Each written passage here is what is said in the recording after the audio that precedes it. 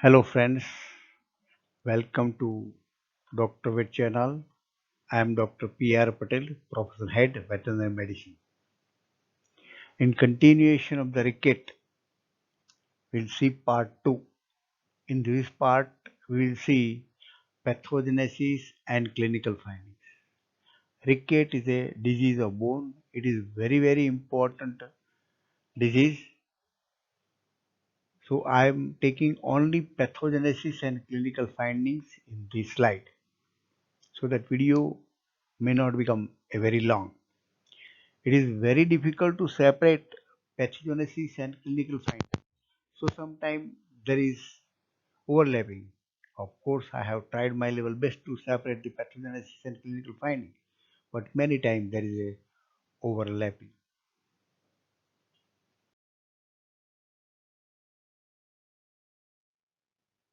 Pathogenesis of ricket, we already know that it is due to deficiency of calcium, phosphorus, and vitamin D. And this deficiency causes changes in long bones.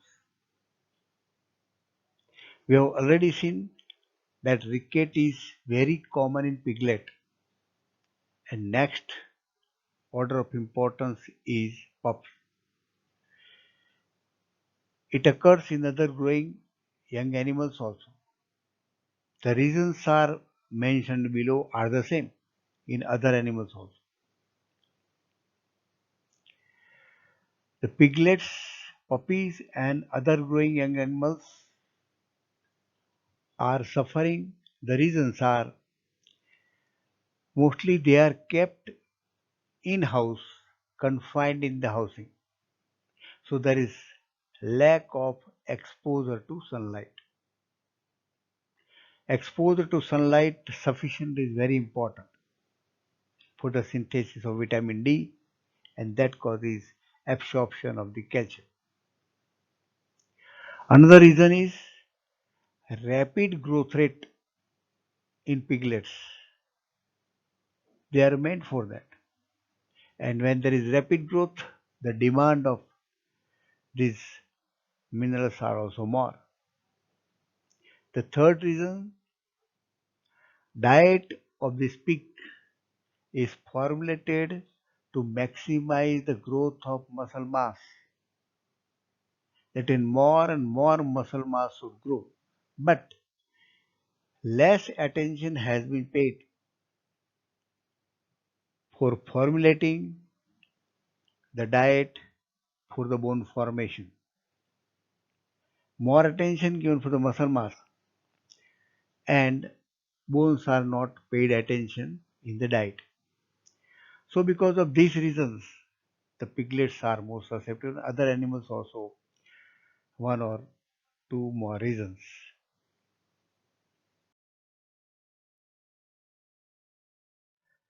Continuation of the pathogenesis. The ricket has certain characteristic lesions. The main is the failure of vascular invasion and mineralization of the phyces. You know that phyces are end part of the bone.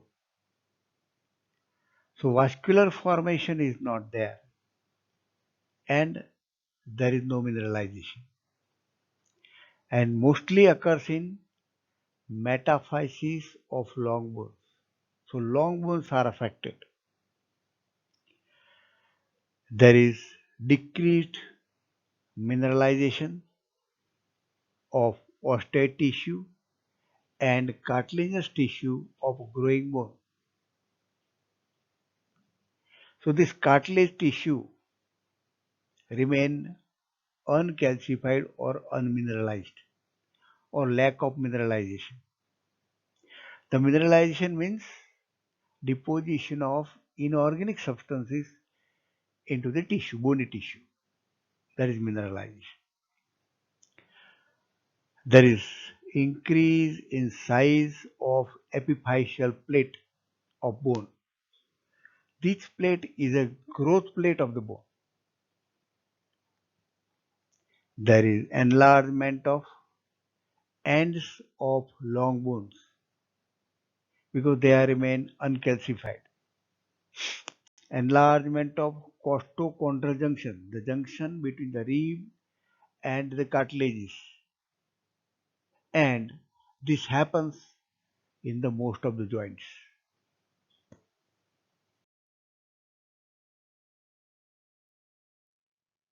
We continue with the pathogenesis. Mostly affected long bones. The affected long bones are cartilages of the humerus, radius, ulna, tibia, and ribs. So it is easy to diagnose this. The epiphysis and metaphysis become very fragile because of lack of calcification. They are easily fractured and become soft, and so they are distorted. Let's say because of the weight of animal, there is a bending and flattening of the long bones. Because of the lack of mineralization, the bone become more prone to fracture. There is decreased growth of long bones and it is manifested by stunted growth.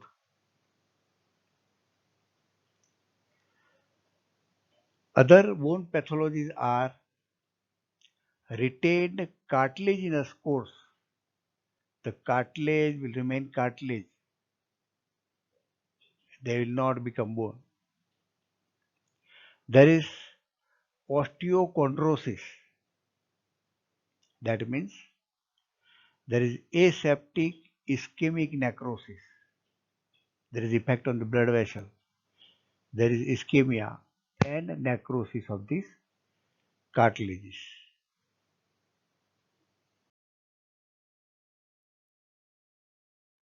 We have already seen the pathogenesis. Now we see the clinical findings. Ricket is slowly growing disease. It is a chronic disease. And if proper attention is not given, it may become a very serious advanced case. Ricket is a disease of bony growth plate and thus only affects young growing animals.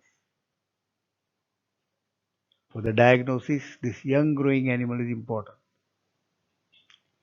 Ricket is not occurring in adult. It is the disease of young growing animal. The symptoms and course of the disease depend upon the severity of disease and the softness of the bone, mineralization of the bone. There are wide varieties of clinical signs are observed. Bone pain, the animal feels the bone pain. At the same time, a clinician can palpate the bone and any animal exhibit the signs of pain, stiffness of gait, swelling in the area of metaphysis. The animal has a tendency to lie down or be seated on the ground. Animal find difficulty in getting up, rising because of the softness of the bone. There is a bending of the bone called as bowed limbs or bowed legs. And in advanced cases, there may be a pathologic fractures. The word pathologic fracture means broken bone caused by a disease, defective mineralization or very poor mineralization. without injury. Generally, fracture occur with injury, falling down or striking. But here, the mineralization is so poor, the disease grow to such an advanced stage that fractures occurs automatically, even while getting up, even while walking, even while coughing or doing something.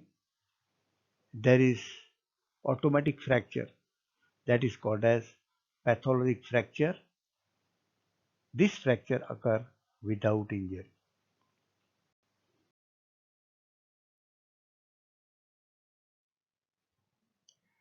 We'll continue here the clinical findings. The most predominant clinical signs are reluctance to move. Animal don't like to move. Animal try to remain lie down. There is posterior lameness and ataxia. When animal moves, the moving is not proper. Abnormality of the movement. Both the rate and range, force and direction also will be change of the gait. There is change in the gait. Characteristic finding is bowing of legs or bowing of limbs,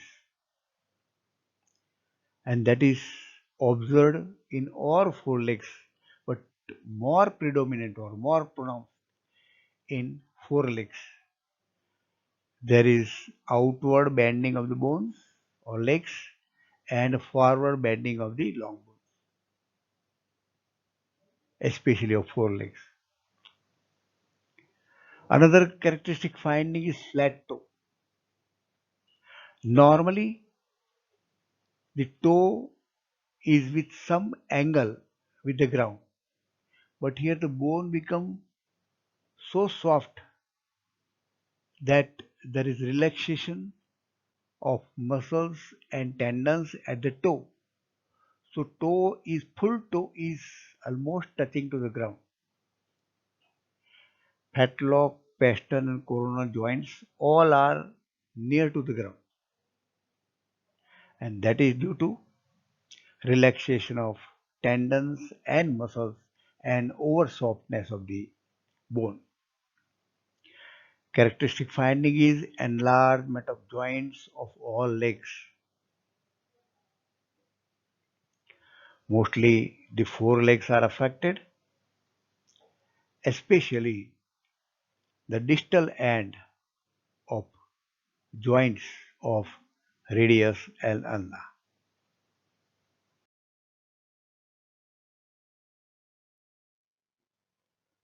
Continue with the clinical findings. Another important symptom is rachitic rosary. This term is important. Here, there is prominent large knob of bone at a costochondral junction of the ribs, where the ribs and the cartilage meets. That junction is enlarged. It is known as rachitic rosary. It is in the form of the beads because you know that costochondral junction is in a series, one rib, second rib, third rib, like so. There is beading of ribs, and the series of large knobs or large beads under the skin is similar to the beads of Catholic Christian rosary. It is in the form of mala. In Hindi, we call it as a mala. So this is called as rosary, and it is because of the ricket. It is called as rachitic rosary. So if clinician passes his hand over costochondral junction, he can feel it. But sometimes it is large enough that by inspection or visible from outside. There is stiffness of legs and lameness. Lameness is initial function disturbance because the joints and bones are affected. The lameness vary from a slight limping to a complete inability to walk. And this is due to disturbed muscular activity and joints.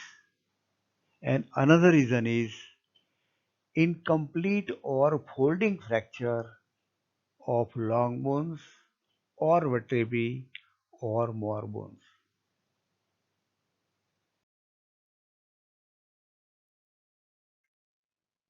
Continuation of the clinical findings. In some cases, in advanced cases, dyspnea is observed. That is because of abnormal bending of the ribs. Ribs become very soft, so there is bending of ribs. They become very elastic, and due to this, there is narrowing of the chest cavity, and that leads to dyspnea. Some cases show arched back condition, that is bending of the back, because the bones are affected at the same time vertebrae are also affected. In some cases, there is teeth abnormality, teeth eruption may be late, teeth may be not in a proper alignment, or teeth may tear very easily. So chewing of food is affected. In some cases, there is jaw deformity. The jaw becomes just like rubber because of lack of mineralization. So there is difficulty in proper closing of mouth. The mouth remain open to some extent. And because of this, there is protrusion of tongue. Tongue hangs outside. There is continuous drooling of saliva. And because of this teeth abnormality and jaw deformity, there is a difficulty in chewing the food and difficulty in prehension of the food. So prehension, mastication, and swallowing also affected. That is called dysphagia. If mild improper mineralization is continued, there is stunted growth, and this may be observed for the further life when animal become adult also.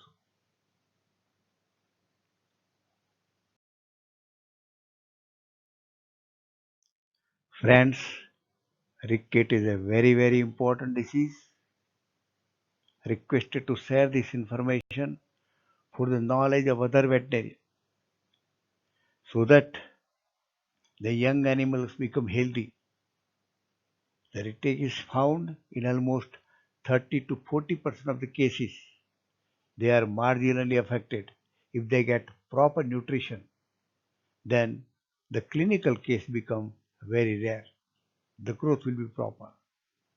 So please share this information to veterinarians. Requested to subscribe the information, subscribe the channel. Thank you very much for observing this video. Next time we'll come with some other portion and treatment of the rickets. Thanks.